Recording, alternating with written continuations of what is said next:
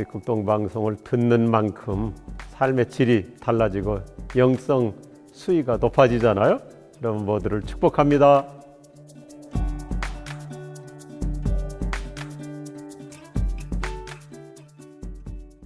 참 33살에 교회를 개척했어요.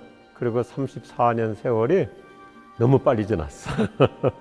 근데 너무 감사한 것은 날마다 영혼을 구원하는 교회, 그리고 선교지향적인 교회였습니다. 선교적 교회라는 개념 안에는 반드시 구원이 들어가야죠. 특별히 주일날마다 새 가족, 새 신자, 새 영혼이 오는 거, 이게 목회의 동력이라고 생각해.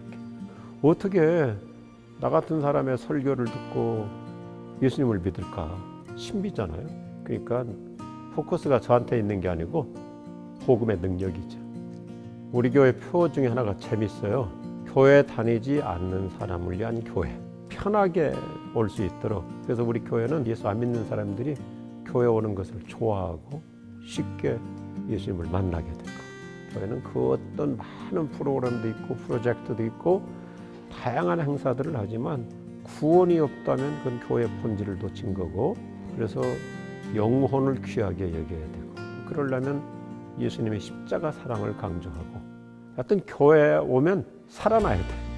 예수 안 믿는 사람은 예수 믿고 살아나야 되고, 예수 믿는 사람은 날마다 교회 와서 말씀으로 성령으로 살아나서 새 힘을 얻어가지고 세상을 향해서 힘차게 나가는, 이것이 교회의 핵심이라고 생각합니다.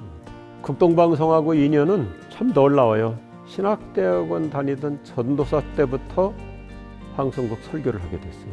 왜냐하면 아세아 방송을 통해서 그 당시 노어 방송이 나갔거든. 근데 우리나라에서 노어하는 사람이 흔치 않았어요, 그때만 해도. 근데 제가 섬기던 교회 장로님께서 저를 찾아오셔가지고 자기가 노어는 할 줄 아는데 설교는 내가 못 쓴다. 그래서 제가 설교를 써서 저 시베리아까지 러시아 전 지역에 노어 방송을 해서, 아마 극동방송 역사상 신학대학생 전도사가 설교한 것은 제가 처음일 거예요. 그렇게 해서 지금까지 수십 년, 거의 40년 온 거죠.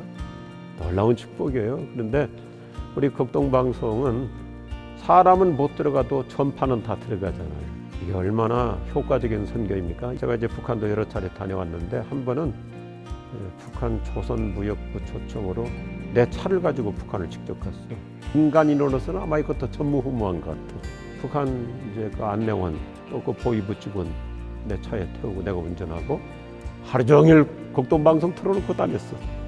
근데 얼마나 잘 들리는지, 이분들이 그러는 거예요. 목사 선생님, 그 어느 방송인지 내용이 참 좋습니다. 이게 1188 방송인데 자주 들어라. 그렇게만 얘기해 줬었죠.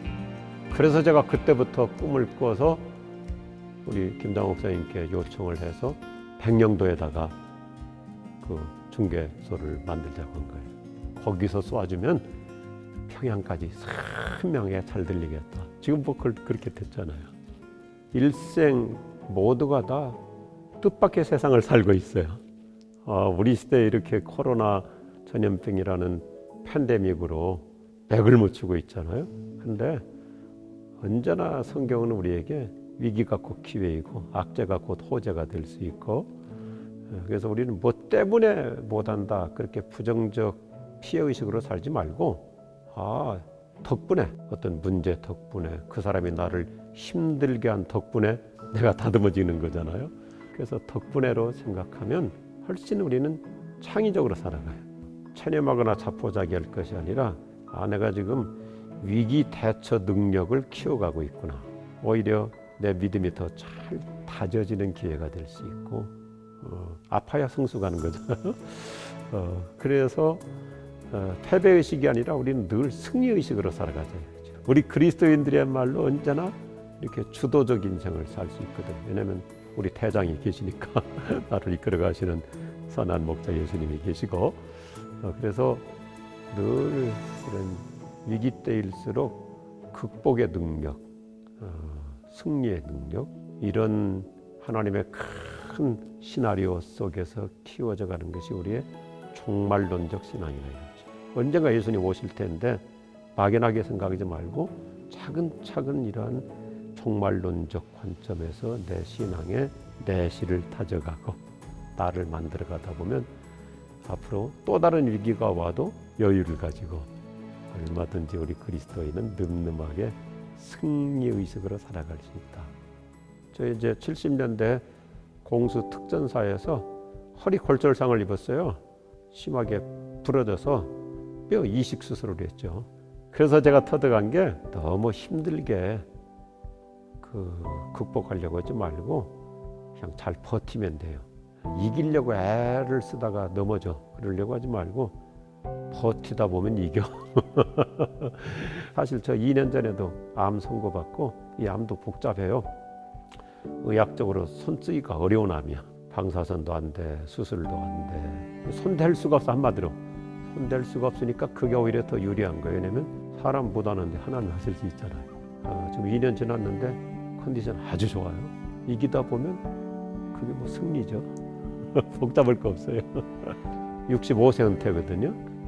70세 은퇴하고는 새로운 일을 하기는 조금 여러 가지로 무리수가 따른데 65세는 아주 적정한 것 같아요. 한국 미랄 선교단이라고 특별히 발달 장애인들 그 이사장 맡고 있으니까 그 일 하나 하기도 굉장히 즐겁게 바쁠 것 같아요.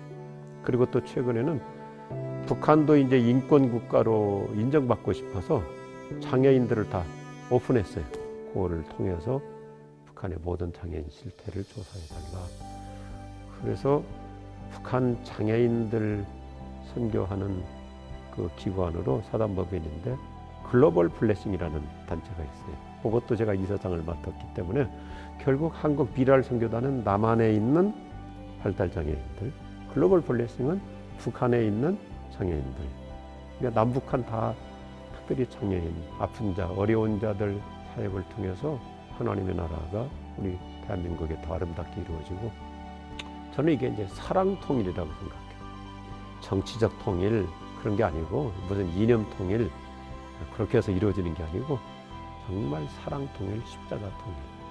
통일은 밑에서부터 올라가다 보면 되겠구나.